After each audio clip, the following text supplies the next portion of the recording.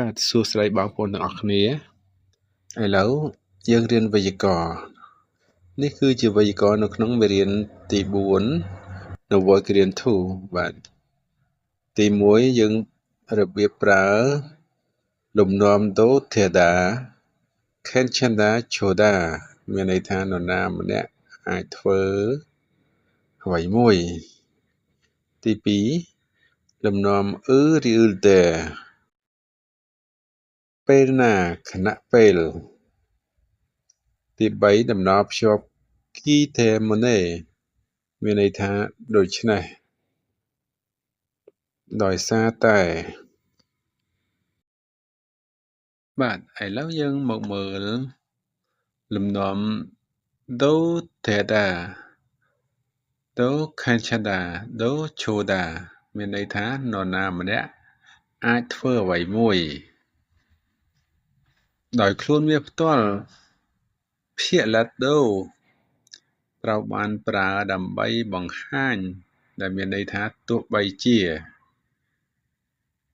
សូមមើលឧទាហរណ៍ខាងក្រោមពីមុនសិនតែឥឡូវយើងទៅមើលឧទាហរណ៍ទាំងអស់គ្នា Chica Neil Papado Patty Cook Calgeo បានន័យថាថ្ងៃស្អែកទោះជារវល់យ៉ាងណាក៏ដោយខ្ញុំពិតជាទៅជាការហ្នឹងខ្ញុំ Neil ថ្ងៃស្អែក Papuda ឲ្យរវល់ដល់យើងឲ្យបំបែកមកវាទៅជាប៉ាប៉ាដូផាធីឲ្យពិធីជប់លៀងគុកហ្នឹងពិតឬក៏ច្បាស់លាស់បាទយើងឲ្យសន្យាអ្វីមួយហ្នឹងណាឲ្យច្បាស់លាស់យើងនិយាយថាគុកខាលកាយោហ្នឹងបានន័យថានឹងទៅទី2ហាន់គុកម៉ារីឆេមីអបសាដូកងប៊ូហាហ្កេសាយោបានន័យថាខ្ញុំនឹងរៀនភាសាកូរ៉េទោះបីវាមិនសប្បាយចិត្តយ៉ាងណាក៏ដោយឬក៏ថាអារម្មណ៍យើងមិនពេញចិត្តវាក៏ដោយក៏យើងនឹងរៀនភាសាកូរ៉េហាន់គុកម៉ាល់គឺភាសាកូរ៉េឆេមីអបតាឲ្យមិនសប្បាយចិត្តមិនពេញចិត្តកងប៊ូហាហ្កេសាយោបានន័យថាឲ្យសិក្សាឬក៏រៀនទោះបីជាយ៉ាងណាក៏ដោយប្រសិនបើលំនាំនេះត្រូវបានប្រើជាមួយពាក្យឆូដាខេនឆាន់ដាថេដាលំនាំនេះត្រូវបានប្រើដើម្បីសុំការអនុញ្ញាតនិងផ្ដល់ការអនុញ្ញាតនេះគឺជាឧទាហរណ៍មួយចំនួនបាទទី1 Munul Yarado Khachanayo បាទតើអាចទេបើខ្ញុំបើកទ្វារតើបើខ្ញុំបើកទ្វារមានបញ្ហាអីដែរឬទេបាទមូនទ្វារយ៉លដាបើកបាទ Trocado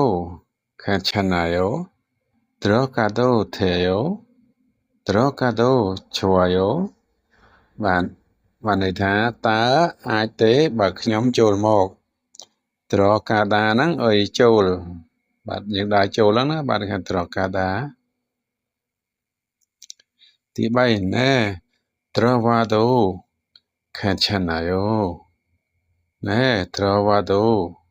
Theo ណែ Trovado Chuayo បានន័យថាបាទឬចាស់វាមិនអីទេបើអ្នកដើរចូលមកទី4 Yoki eso Tambe Pivado Khachanayo Yoki eso Tambe Pivado Theo Yoki eso Tambe Pivado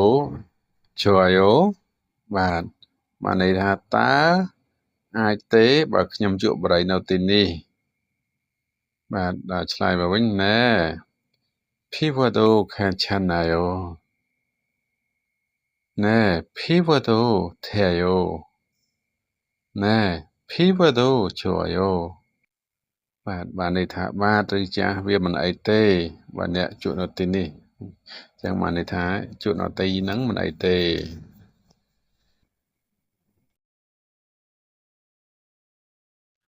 សម្រាប់ចម្លើយអវិជ្ជមានចំពោះសំណើសុំការអនុញ្ញាតអ្នកត្រូវប្រើលំនាំ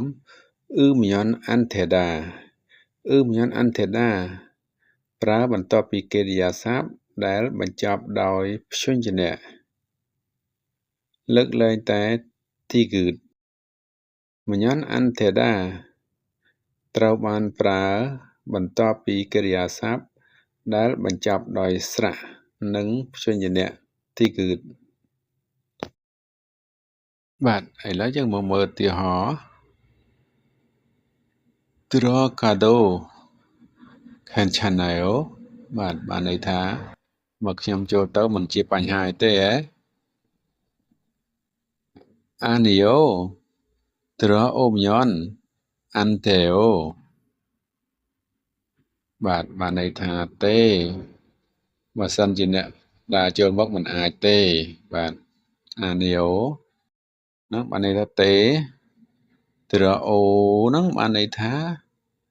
ចូលទៅបាទ Traoda Traomyon Anteo បាទបើសិនជាអ្នកចូលទៅមិនអាចទេមិនឲ្យចូលទេណែ Trovado Canchanayo ណែ Trovado Theo ណែ Trovado Choyo បាទហ្នឹងខាងក្នុងគេនិយាយទៀតហើយបាទបើសិនជាអ្នកចូលមកមិនជាបញ្ហាអីទេ Trovado Trao ហ្នឹងមានន័យដូចគ្នាបាទចូលបាទឥឡូវយើងមកមើលឲ្យកិរិយាសព្ទដែលបញ្ចប់ដោយ tigut ឬក៏ស្រៈបាទថតទិលមញ៉ុន andeo បាទបានន័យថាបើសិនជាអ្នកបង្កើនសំឡេងมันអាចទេมันអាចឲ្យឮសូរសំឡេងខ្លាំងទេណាបាទន័យថាអញ្ចឹង clear ប្រយោគហ្នឹងបាទថតទិដាបាទបានន័យថាស្ដាប់បន្ថែមឲ្យឮឬមកក៏អើយប៉ុន្តែដល់បញ្ចូលគ្នាថតទិដាហ្នឹងបានន័យថាបន្ថែមសំឡេងបាទដល់ទិដាវាអុយលុបអុយវាប្រែប្រួលព្រោះកិរិយាសព្ទនៅចុងកិរិយាសព្ទវាប្រែប្រួលទិដាហ្នឹងយើងចង់បូកជាមួយអុយនឹងទម្រង់ប្រើប្រាស់យើងលុបអុយទីគឺនឹងចោល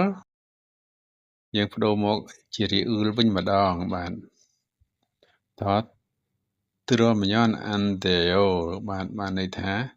អ្នកមិនអាចបង្កើនសំឡេងខ្លាំងទេជីកាហាមញ៉នអាន់តេអូបាទបានន័យថាអ្នកឯងមិនអាចយល់ឃើញដូច្នេះទេជីកាហាដាហ្នឹងអុយការយល់ឃើញបាទអញ្ចឹងអ្នកឯងមិនអាចយល់អញ្ចឹងទេបាទសូមអរគុណឥឡូវយើងបញ្ចប់តែត្រឹមប៉ុណ្ណេះសិនយើងនៅបន្តនៅឲ្យមេរៀនក្រោយទៀតបាទសូមអរគុណសូមជម្រាបលា